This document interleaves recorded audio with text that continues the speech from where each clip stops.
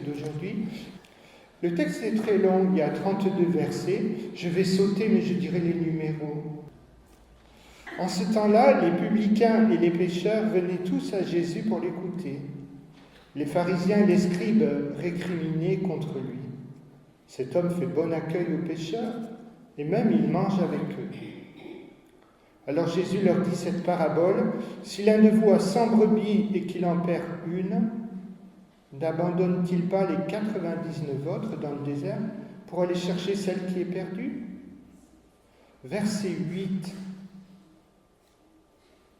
Ou encore, si une femme a 10 pièces d'argent et qu'elle en perd une, ne va-t-elle pas allumer une lampe, balayer la maison et chercher avec soin jusqu'à ce qu'elle la retrouve? Verset 11. Jésus dit encore, un homme avait 2 fils. Le plus jeune dit à son père, « Père, donne-moi la part de fortune qui me revient. » Et le père leur partagea ses biens. Peu de jours après, le plus jeune rassembla tout ce qu'il avait. Il partit pour un pays lointain, où il dilapida sa fortune en menant une vie de désordre. Il avait tout dépensé quand une grande famine survint dans le pays. Il commença à se trouver dans la disette. Il alla s'engager auprès d'un habitant du pays qui l'envoya dans ses champs pour garder les pauvres. Il aurait bien voulu se remplir le ventre avec les gousses que mangeaient les pauvres, mais personne ne lui donnait rien. Alors il rentra en lui-même et se dit, « Combien d'ouvriers de mon père ont du pain en abondance, et moi ici, je meurs de faim? Voilà, je me lèverai, j'irai vers mon père, et je lui dirai, « Père, j'ai péché contre le ciel et envers toi, je ne suis plus digne d'être appelé ton fils. Traite-moi comme l'un de tes ouvriers. » Il se leva et s'en alla vers son père. Verset 25. Or, le fils aîné était au champ. Quand il revint et fut près de la maison, il entendit la musique et les danses. Appelant un de ses serviteurs, il s'informa de ce qui se passait. Celui-ci répondit, « Ton frère est arrivé, et ton père a tué le vôtre, parce qu'il a retrouvé ton frère en bonne santé. » Alors le fils aîné se met en colère, et il refuse d'entrer. Son père sort le supplier, mais il réplique au père, « Il y a tant d'années que je suis à ton service, sans avoir jamais transgressé tes ordres. Jamais tu ne m'as donné un chevreau pour festoyer avec mes amis. Mais quand ton fils que voilà est revenu, après avoir dévoré ton bien avec des prostituées, tu as fait tuer pour lui le vôtre. » Et le père répond, « Toi, mon enfant, tu es toujours avec moi, et tout ce qui est à moi est à toi. Il fallait festoyer et se réjouir, car ton frère que voilà était mort, et il est revenu à la vie. Il était perdu, et il est ressuscité. Il est retrouvé. » Jusqu'ici la lecture. Toutes ces paraboles, on pourrait leur donner le titre de « perdu et retrouvé ». 3 paraboles, c'est beaucoup dans un seul texte. La brebis perdue, la drachme perdue et le fils perdu. Ces paraboles nous donnent une compréhension de Dieu. Qui est Dieu? Dieu, un berger, une femme pauvre et un père avec 2 fils. Il ne faut pas perdre de vue la question de départ. Jésus est à table avec des pécheurs. Et les pharisiens et les scribes récriminent. Pourquoi cet homme fait-il bon accueil aux pécheurs et mange-t-il avec eux? Toutes ces paraboles expriment la miséricorde divine, le bon accueil de Dieu. Première parabole. Si l'un d'entre vous possède 100 brebis et qu'il en perde une, n'abandonne-t-il pas les 99 autres pour aller chercher celle qui est perdue? Dieu ne se contente pas d'attendre, il part à la recherche des hommes. Daniel Bourguet écrit, « Le texte ne dit pas que la brebis s'est perdue, mais que le berger a perdu sa brebis. Tout est centré sur lui, le berger, et son manque, son désir de relation avec l'homme, sa créature. Quant à ce que fait la brebis, les sottises de la brebis, ses vagabondages, tout cela est passé sous silence, mais tout est centré sur lui, le berger. Noël Quesson ajoute, et c'est joli de le relever, une bête qui a erré pendant des heures et des jours à bout de force, que fait-elle? N'en pouvant plus, elle se couche et elle attend. Saint Cyril écrit, voilà ce que fait Jésus-Christ. Il est descendu sur la terre, Dieu a pris forme humaine, il n'a épargné ni soin ni fatigue pour venir nous chercher, sans s'imposer. C'est ce que nous fêtons à Noël. Et puis finalement, très belle image, il porte la brebis sur ses épaules, avec joie. Ça veut aussi dire que la brebis est consentante. Quelle parabole, sans doute une des plus jolies à mettre en parallèle avec d'autres textes des évangiles qui parlent de Jésus le bon berger, ou alors le psaume 23, évidemment.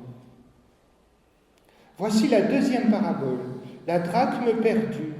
Cette femme a perdu une drachme et c'est tout un drame. Daniel Bourguet écrit, comme pour la brebis, l'accent est mis sur la femme et non sur le retour de la drachme, les efforts de la drachme pour revenir, mais tout est centré sur les efforts de Dieu qui cherche.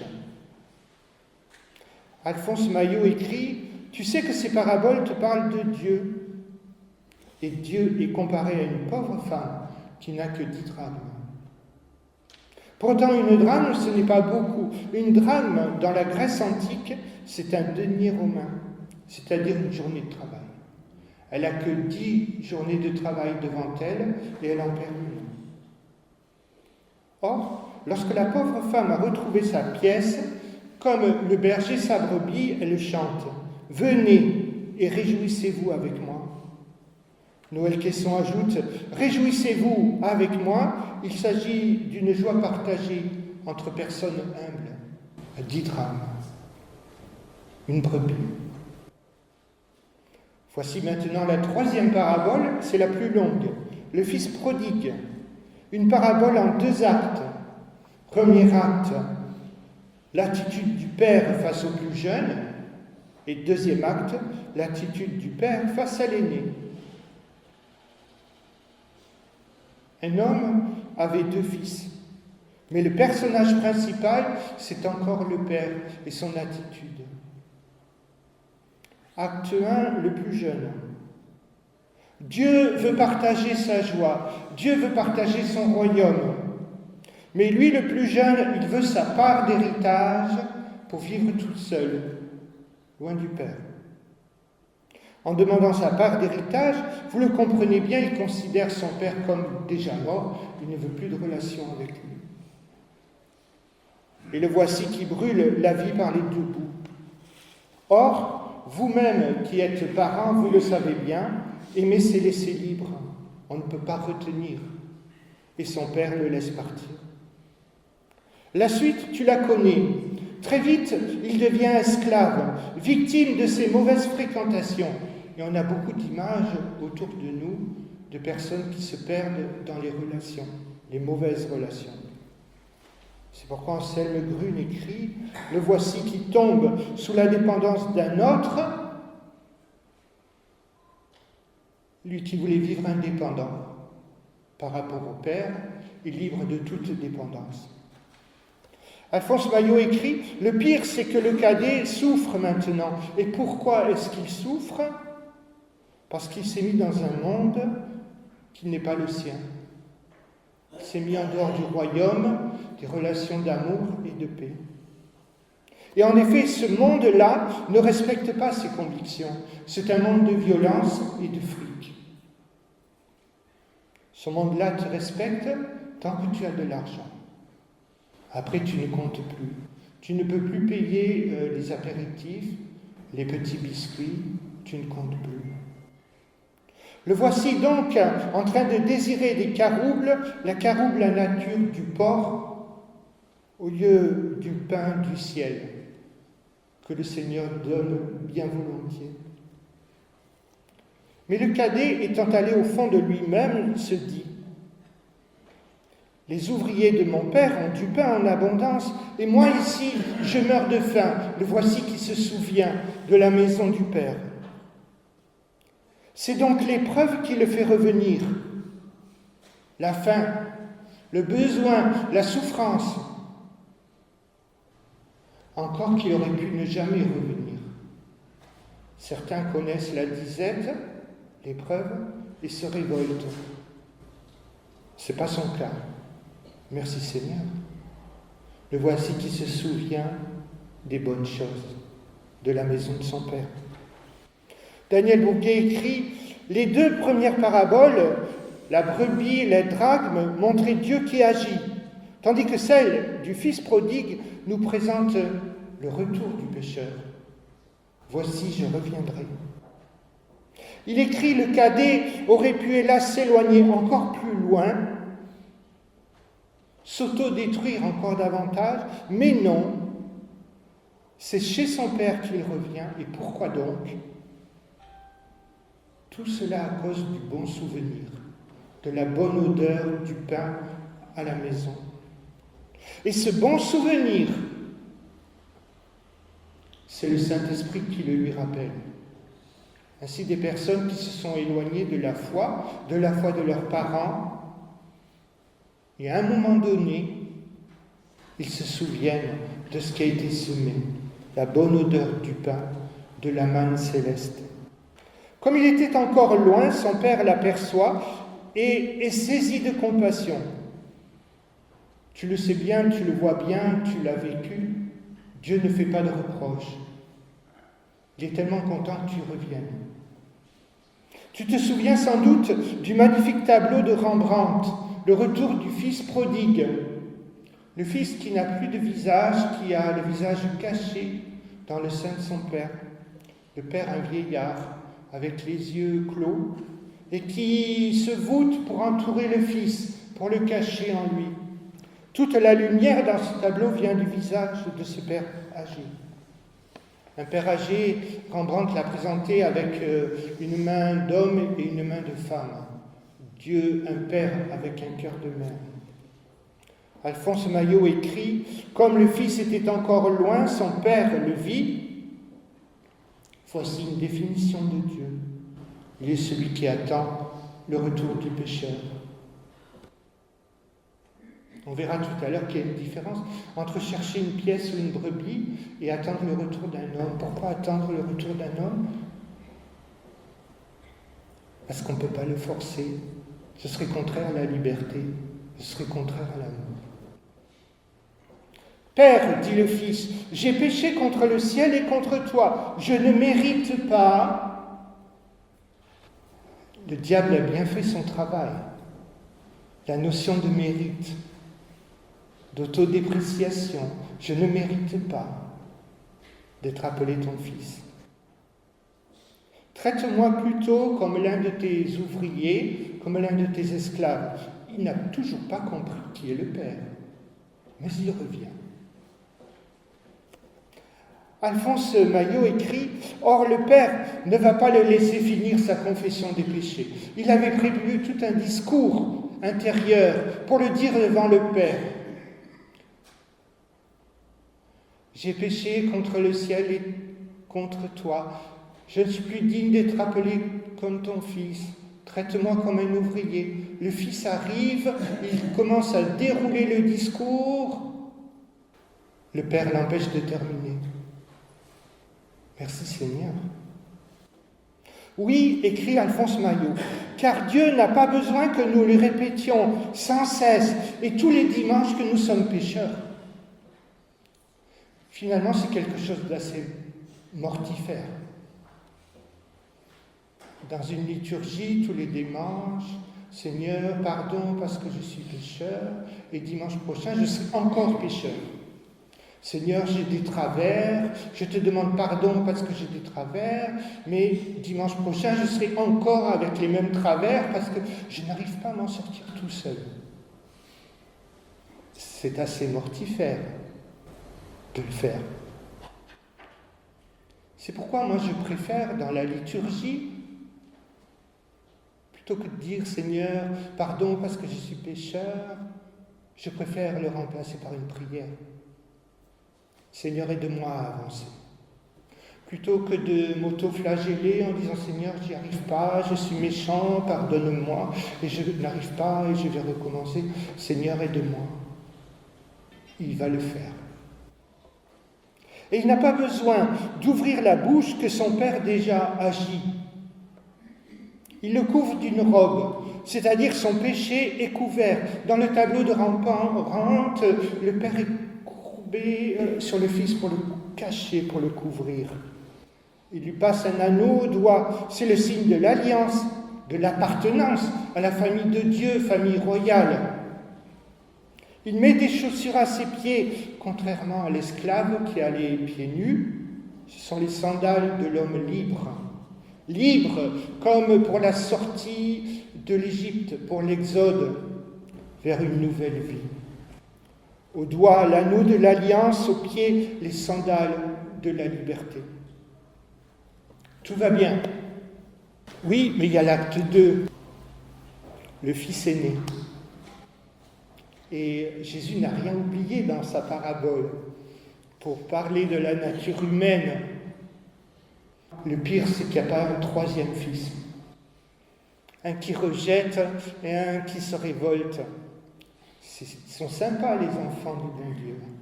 Or, pendant que le cadet revient, le fils aîné était au champ. L'ennui, c'est que l'aîné, et rappelle-toi le point de départ des paraboles, le point de départ des paraboles, ce sont les pharisiens qui râlent parce que Jésus fait bon accueil.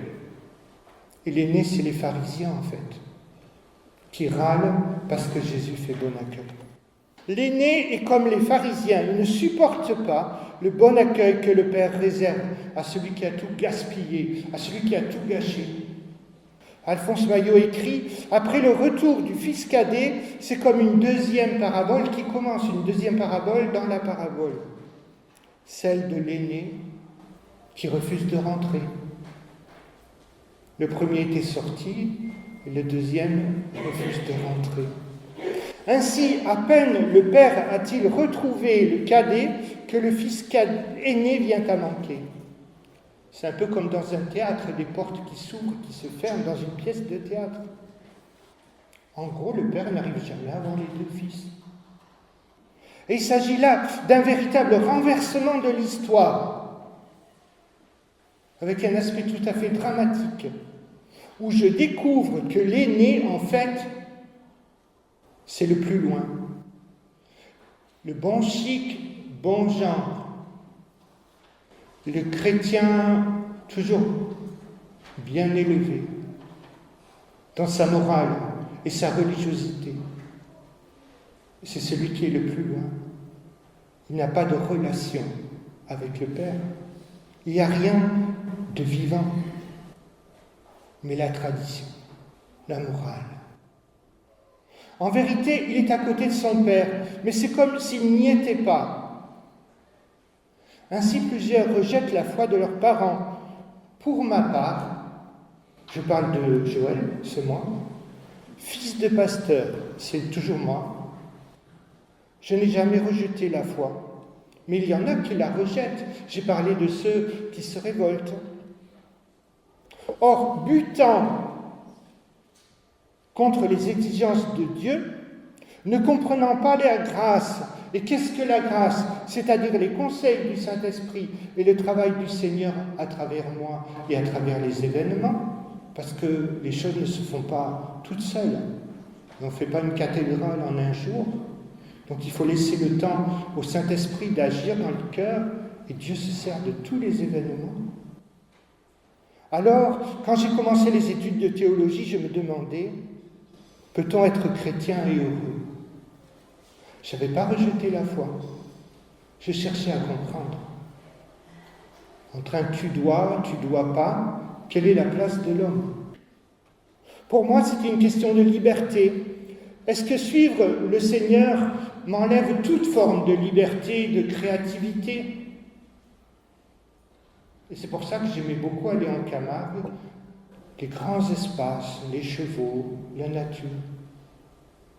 Je cherchais, j'avais soif de liberté, et je me sentais à l'étroit à l'intérieur de l'Église sans rejeter la foi, avec tous les commandements que je ne comprenais pas et que je n'arrivais pas à observer. Mais voilà, lui, le fils aîné, ne trouve pas de réponse. Il n'a pas trouvé de réponse parce qu'il ne parle pas. Il n'a pas de dialogue avec son père. Il ne connaît pas la sollicitude de Dieu et comment Dieu travaille les cœurs. Comment Dieu, dans le dialogue avec lui, nous montre les choses. Comment Dieu, au travers des événements et des épreuves, nous parle et nous façonne. Quoi dit-il quand ce fils qui est le tien, il est sympa. Il faut lire le texte de près pour voir ça. Quand ce fils qui est le tien, donc il ne le reconnaît pas sien, quand ce fils qui est le tien, quand il revient, tu lui fais une fête, et voici la réponse du père. Mais ce frère qui est le tien, il était mort, il est revenu à la vie. Il était perdu et il est sauvé de par son retour à la maison, de par la communion restaurée, de par le fait qu'il va pouvoir se laisser travailler et comprendre peu à peu l'amour. Ce texte, bien sûr, me fait penser à Matthieu 20, les ouvriers de la dernière heure, et ce patron qui donne le même salaire à tous, ceux qui ont commencé à travailler dans la vigne à 8 heures du matin, ceux qui ont travaillé à 11 heures. Parce que tel est le caractère, le cœur de notre Père. Les ouvriers de la 11e heure se révoltent. Et voici la réponse. Et pourquoi ton œil est-il mauvais ? Parce que je suis bon. Il y a tant d'années que je suis à côté de toi, dit l'aîné, et tu ne m'as jamais rien donné. Jamais tu ne m'as donné un chevreau. Et pour lui, tu tues le veau gras pour faire une fête. Crois-tu que le père lui aurait refusé un chevreau ? Cette parole-là montre seulement une chose, c'est qu'il ne s'est jamais adressé au Père. Il n'a jamais rien demandé. Il n'a jamais de communion avec lui. Sa religion n'est pas vivante. Elle est faite principalement de morale et pas d'échange. J'ai eu un stagiaire quand j'étais pasteur dans le Grand Est, en Lorraine. J'ai eu un stagiaire allemand de la faculté de théologie de Reutlingen. Et il me dit, dans un français moyen, mais j'arrivais à comprendre, il me dit le problème, et j'ai trouvé ça intéressant, du fils aîné, c'est qu'il ne s'est jamais révolté contre l'image de ce père qu'il avait, alors que le fils est parti. Il a tout encaissé, il a tout subi dans la crainte, peut-être du jugement dernier, mais il ne s'est jamais révolté contre cette image fallacieuse du Père qu'il avait. Mais pourtant, dit le Père, tout est à toi. L'aîné ainsi avait la liberté de dialoguer, d'accueillir la parole de Dieu et de la partager pour son plus grand bonheur. Accueillir la parole de Dieu et la partager. Mais c'est ce qu'il n'a pas fait. Il ne connaît pas son père, très grave. Il n'aime pas son frère non plus. Alors la question, peut-on être fils sans être frère, sans aimer ? Peut-on être fils de Dieu, dire le Notre Père et ne pas aimer son frère dans l'Église ? C'est impossible. Même si le frère nous embête, même si le frère n'est pas de la même nature que moi, même si le frère traverse des événements qui font qu'il est différent que moi.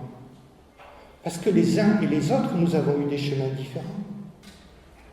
Le cadet s'est révolté, il a dépensé l'argent, c'est énervant. Un autre aura dépensé son argent dans les voitures de course, un autre aura fait cette chose ou cette chose. C'est énervant. Et c'est mon frère. Nous ne sommes pas partis du même départ.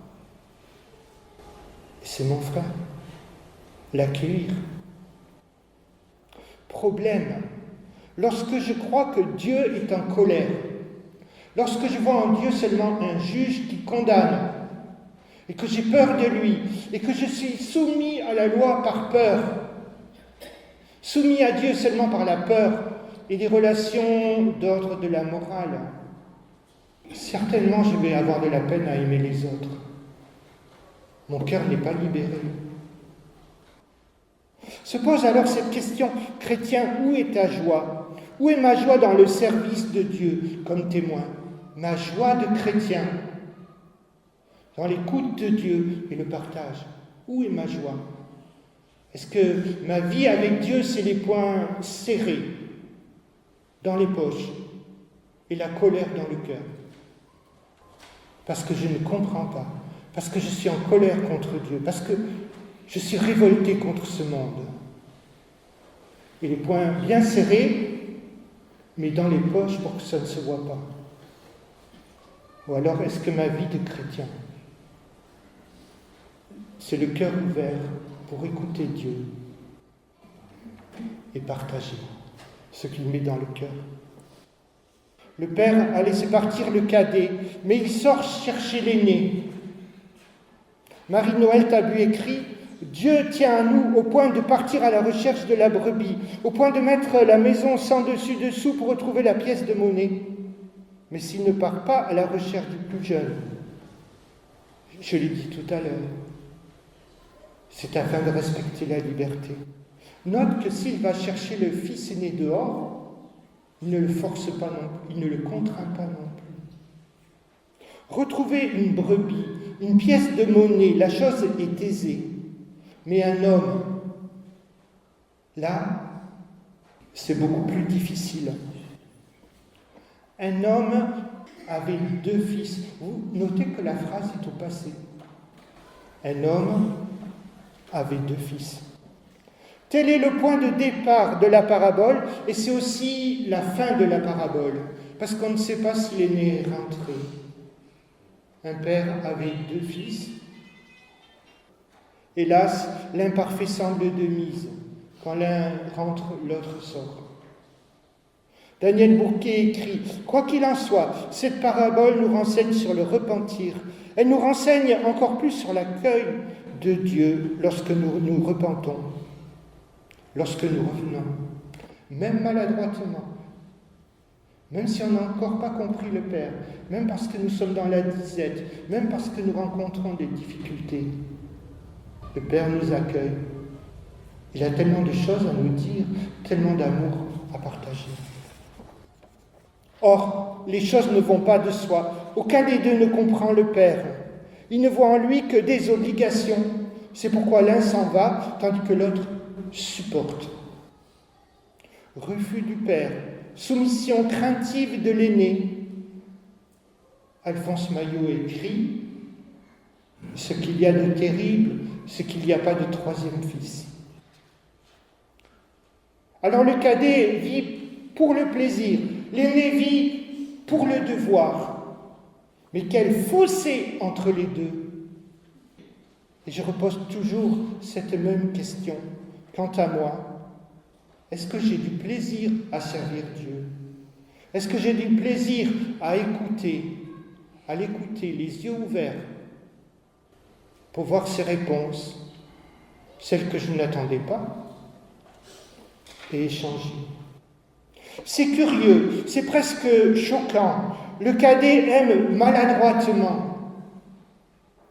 L'aîné n'aime pas. Le cadet a dépensé tout son argent avec des gens, comme la Samaritaine qui cherchait l'amour avec des gens. Mais l'aîné n'a pas de relation. Aïe, aïe, aïe, l'amour. Aïe, aïe, aïe, la confiance. Parce que dans le mot amour, il faut voir le mot confiance. Confiance en Dieu, même s'il y a des gens qui ont pu nous blesser et qui nous blesseront parfois. Pour conclure, donc, je dirais que ces textes m'enseignent à aimer le prochain, l'autre qui est différent, si différent, qui vient de chemin et d'un point de départ si différent.